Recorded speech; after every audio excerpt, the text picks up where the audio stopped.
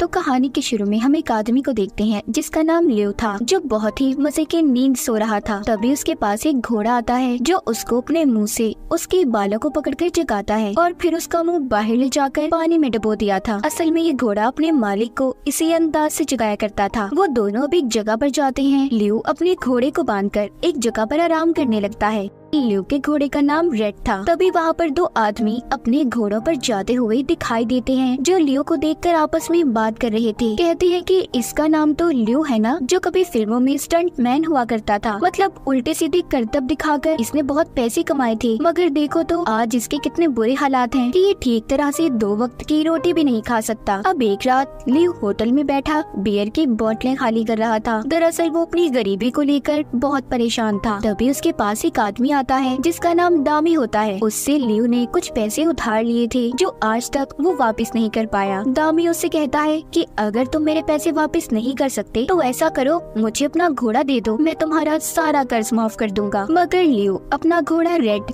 देने से मना कर देता है और कहता है कि तुम यहाँ से चले जाओ। ये सुनकर दामी को बहुत गुस्सा आ गया था। वो लियो से कहता है मैं तुम्हारा घोड़ा तो लाजमी लेकर रहूंगा। इस बात पर दोनों के दरमियान में लड़ाई हो जाती है। लियो पहले दामी और उसके आदमियों को सबक सिखाता है और फिर बाहर जाकर उसने अपने घोड़े को भी बचा लिया था। अपने घोड़े पर बैठकर उसे खूब भगाता है और एक शो सर्कस में पहुंच गया था जहां पर वो कुछ स्टंट्स करता है और फिर उधर ही दामी और उसके आदमियों से अपने घोड़े को भी छुपा देता है। खुद भी वहीं पर छुप गया था, जिस वजह से दामी और उसके आदमी उन्हें नहीं देख पाते और वहाँ से आगे चले जाते हैं। अगली सुबह जब लियो अपने घोड़े रेड के साथ अपने फार्म पर था तो उधर 2 आदमी आते हैं जो लियो से कह रहे थे कि जो घोड़ा तुम्हारे पास है उसको तुम्हें वापस करना होगा, क्योंकि ये घोड़ा जिस आदमी का है वो एक केस लड़ रहा था, मगर अब वो उस केस को जीत चुका है तो उसे ये घोड़ा अपना वापस चाहिए। वो इसे नीलामी में देना चाहता है। तभी वहाँ पर एक लड़की और आदमी आता है जो अजीबोगरीब करतब कर रहे थे। ये दरअसल लियो के साथ ही रहा करते थे। वो दोनों आदमी जो नोटिस लेकर आए थे इन्हें देखकर डर जाते हैं और यहाँ से चले गए थे।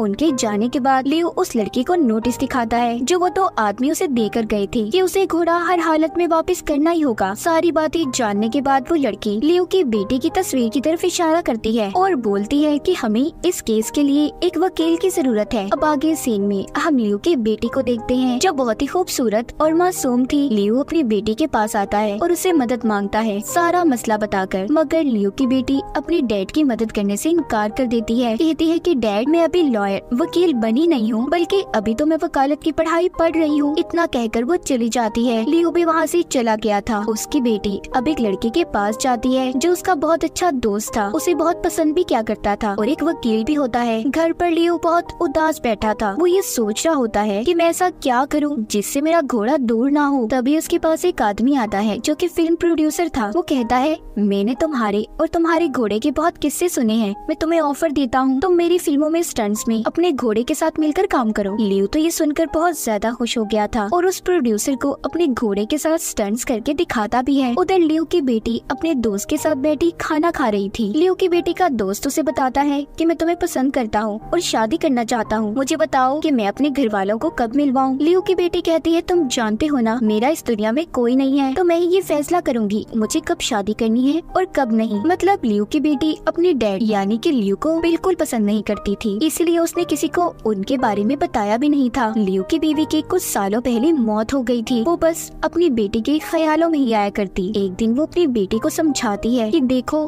अपने डैड से मुंह मत मोड़ा करो, इस बार तुम्हारे डैड अगर आए तो प्लीज उनसे अच्छे से बात करना। लियो की बेटी अपनी मॉम की बातों को समझ गई थी, तो वो जब एक होटल में बैठी नाश्ता कर रही थी तो वो दूर से अपने डैड को आता देखती है जो अजीब से कपड़ों में थे। उन्होंने अपने घोड़े को भी सजाया हुआ था। लियो दरअसल यहाँ पर ये चाहता था कि वो लोगों को अपने घोड़े के साथ करतब दिखाए, लोग उनके साथ तस्वीरें बनवाकर बदले में कुछ पैसे दे। लियो यहाँ पर स्टंट्स भी दिखाता है, लेकिन इससे कोई फायदा नहीं होता। ना ही उनके पास कोई आता है और ना ही पैसे देकर जाता है।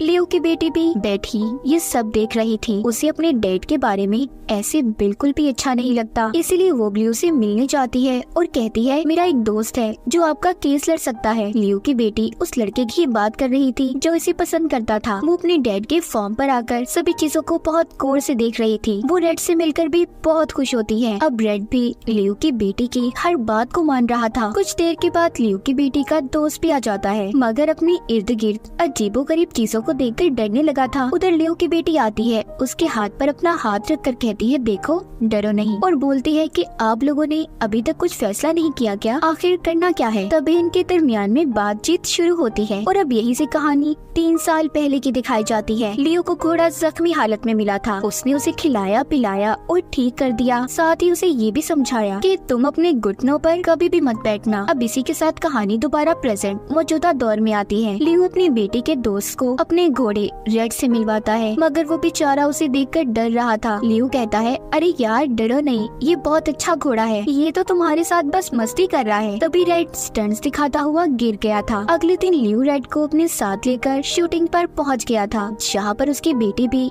उसके स्टंट्स को देखने आई थी, मगर रेड इतनी भीड़ को देखकर डर जाता है और सही तरह से स्टंट्स नहीं कर पाता, जिस वजह से शूटिंग से उन्हें निकाल दिया गया था। ये देखकर लियो एक जगह पर बैठ जाता है, वो बहुत उदास था। तभी उसके पास रेड आता है और उसके सर पर हैट लेने का बोलता है, मगर लियो इतने गुस्से में था वो हैट को फेंक देता है। तभी रेड के पास लियो की बेटी आती है और कहती है देखो हम तुम्हारे साथ कोई जबरदस्ती नहीं कर रही, अगर तुम ये स्टंट्स करना चाहते हो तो करो, वरना तुम्हारी मर्जी है। घोड़ा ये बात सुनकर फिल्म की शूटिंग में स्टंट्स करने चला जाता है। लियो के बेटी भी अपने डैड के पास आती है और कहती है चले डैड आपका घोड़ा तैयार है, जिसके बाद दोनों बहुत ही शानदार स्टंट्स दिखाते हैं। हर तरफ रेड और लियो की तारीफ हो रही थी। लियो ये सब देखकर बहुत ज्यादा खुश था। अब ये दोनों ऐसे ही फिल्म में काम को जारी रखते हैं। एक दिन लियो के पास फिर से वही 2 आदमी आते हैं जिनको हमने कहानी के शुरू में देखा। वो फिर से लियो के पास घोड़े को ले जाने का नोटिस लेकर आए थे। लियो की बेटी कहती है देखें ये घोड़ा और इसकी सवारी किसी की मलकियत नहीं है, तो आप लोग यहाँ से जा सकते हैं। और वो 2 आदमी जिस नोटिस को लेकर आए थे, रेड उसे छुपाकर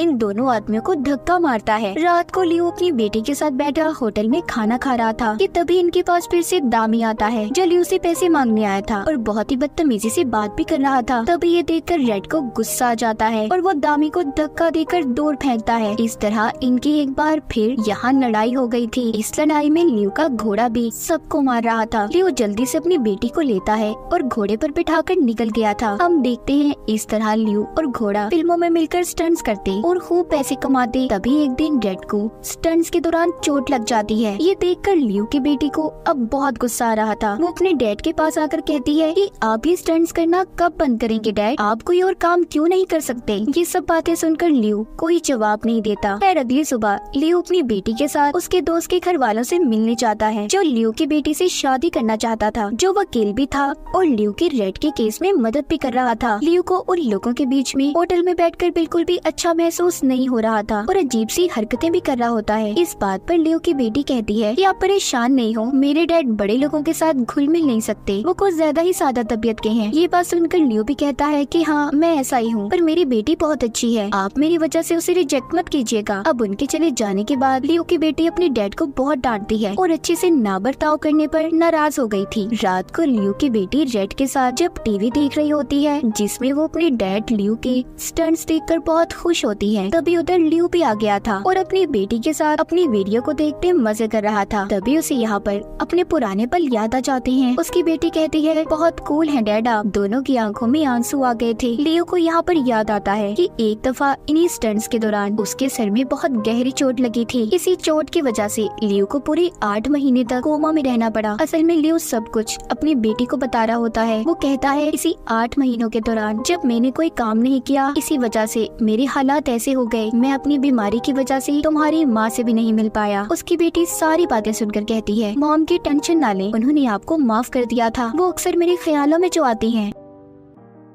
दूसरी तरफ हम देखते हैं दामी फार्म पर रेड के पास आ गया था और उसे इंजेक्शन लगाकर बेहोश करने की कोशिश कर रहा था ताकि वो उसे अपने साथ ले जा सके। लेकिन तभी रेड की आंखें खुल जाती हैं। ये सब उसे पकड़ने की कोशिश करते हैं और रेड इन सब से बचने की कोशिश कर रहा था। इससे पहले दामी उसे पकड़ पाता, वहाँ पर लियो आ जाता है जो इनकी खूब पिटाई करता है, फिर इसको एक कुर्सी से नीचे की तरफ ले जाता है। इस तरह लियो ने दामी और उसके साथियों को वहाँ से भगा दिया था। अब अगली सुबह एक फिल्म स्टार एक्टर लियो के पास आता है। ये दोनों मिलकर चाय पीते हैं और खूब सारी बातें भी करते हैं। वो एक्टर कहता है मैं आप और आपके घोड़े रेड के साथ, जिसका मैंने बहुत नाम सुना है, दोनों के साथ मिलकर फिल्म बनाना चाहता हूँ, मगर लियो ने उसे मना कर दिया था। खैर वो तो वहाँ से चला गया। उसी रात जब उसकी बेटी अपने दोस्त वकील के साथ आती है, बताती है डैड हमें रेड के लिए सबूत मिल गए हैं, वो बाप के साथ रह सकता है। ये सुनकर लियो बहुत खुश होता है। अब वो अपनी बेटी को बताता है कि बहुत बड़ा एक्टर मेरे पास आया था जो मुझे फिल्म की ऑफर देना चाहता है। ये सुनकर उसकी बेटी नाराज हो जाती है, कहती है डैड फिर वो सब आप शुरू करने वाले हैं, मैंने आपको मना किया था ना। वो नाराज होकर उसके पास से चली गई थी। अगली सुबह लियो भी उस फिल्म की शूटिंग की जगह पर पहुंच जाता है। उसने अपनी बेटी की बात को नहीं माना था। जहाँ पर जब वो कपड़े बदलकर शूटिंग कर रहा था कि तभी उसे अपने घोड़े का ख्याल आता है कि जब वो उसे जख्मी हालत में मिला, जिस वजह से वो ये सोचता सोचता नीचे गिर गया था। उसके दिमाग में बहुत सी बातें चल रही थी। वो उस फिल्म एक्टर से माफी मांगता है और काम छोड़कर चला गया था। अब ये जाकर अपनी बेटी को बताता है कि मैंने वो काम छोड़ दिया, जिसे सुनकर वो बहुत खुश थी। मैंने पहली बार इस काम को खुद मना किया है। लियो की बेटी ये बात सुनकर दौड़ती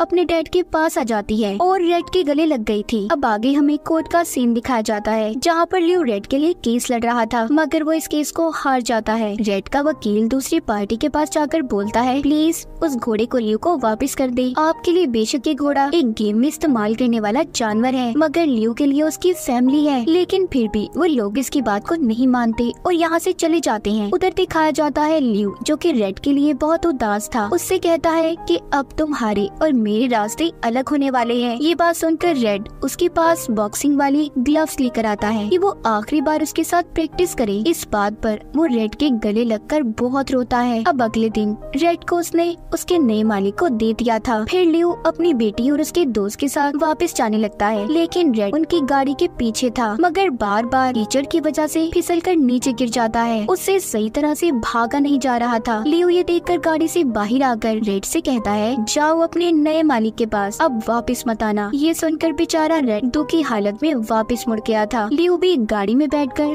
बहुत रोता है। ये सब देखकर अगले दिन लियो की बेटी रेड के नए मालिक के पास जाती है और अपने डैड के बारे में बताती है। कहती है देखिए मेरे डैड से उनका सबसे अच्छा दोस्त मत छीने, वो रेड से बहुत प्यार करते हैं। अगले दिन रेड दिखाया जाता है जो कि फार्म पर लियो के पास था। वो उसके पास जाकर हमेशा की तरह अपने मुंह से बाल पकड़कर उसे चिढ़ा रहा था। जब लियो की आँख खुलती है और अपने सामने रेड को देखता है तो खुशी के मारे पागल हो गया था और उसे अपने गले लगा लेता है। ये सब कुछ दूर खड़ा रेड का नया मालिक लियो की बेटी और उसका दोस्त भी देख रहे थे। रेड का नया मालिक कहता है अगर कल तुम मेरे पास ना भी आती तो मैं रेड को यहाँ पर लेकर आने वाला था। असल में जो हाल लियो का था वो ही रेड का। उसने लियो के बगैर खाना पीना सब कुछ छोड़ दिया था। कहानी के आखिर में हमें लियो और रेड दिखाए जाते हैं। उनके पास भागकर लियो की बेटी और उसके साथ उसका दोस्त आता है। तभी रेड के गले लग गए थे। इस फिल्म की कहानी भी यहीं पर खत्म हो जाती है।